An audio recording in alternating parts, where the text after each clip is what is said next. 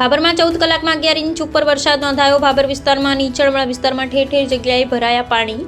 દુકાનો અને મકાનોમાં પાણી ઘૂસી જતા લાખો રૂપિયાનું નુકસાન। ઝૂંપડપટ્ટીમાં રહેતા ગરીબ પરિવારના લોકોને ભાભર નગરપાલિકાના ટાઉન હોલ લાવી તમામ લોકોને રહેવાની જમવાની ઉત્તમ સગવડતા પૂરી પાડવામાં આવી હતી। વાવણી લાયક વરસાદ થતાં ખેડૂતોમાં અનેરો ઉત્સાહ અને આનંદ જોવા મળ્યો।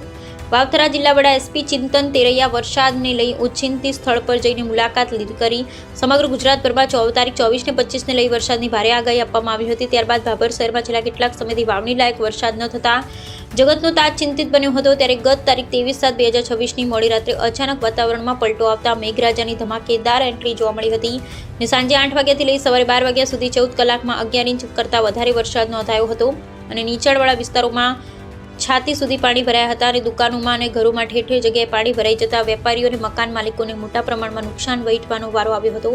કયા કયા વિસ્તારોમાં પાણી ભરાયા? આઝાદ ચોક, લાઠી બજાર, ખાડિયા વિસ્તાર, પંચવટી સોસાયટી, ઘાચી શેરી, મોચી શેરી, ધરા 3 રસ્તા, વાવ રોડ સહિતના ભાભરમાં અલગ અલગ વિસ્તારમાં ઠેર ઠેર જગ્યાએ પાણી ભરાયા હતા અને ભાભર નગરપાલિકાની ટીમ સહિત ભાભર પોલીસ સ્ટાફની ટીમ ઘટના સ્થળે પહોંચી તાત્કાલિક ધોરણે કામગીરી શરૂ કરી હતી અને ઝૂંપડપટ્ટી વિસ્તારમાં રહેતા લોકોને ભાભર નગરપાલિકાના ટાઉન હોલ ખાતે લાવીને રહેવાની અને ભોજનની ઉત્તમ સગવડ પૂરી પાડી અને સંગળ 14 કલાક વરસેલા વરસાદ વિરામ લેતા ભાભર શહેરના લોકોએ હાશકારો અનુભવ્યો અને વાવથરા જિલ્લાનું તમામ તંત્ર વિભાગ એલર્ટ મોડમાં જોવા મળ્યું।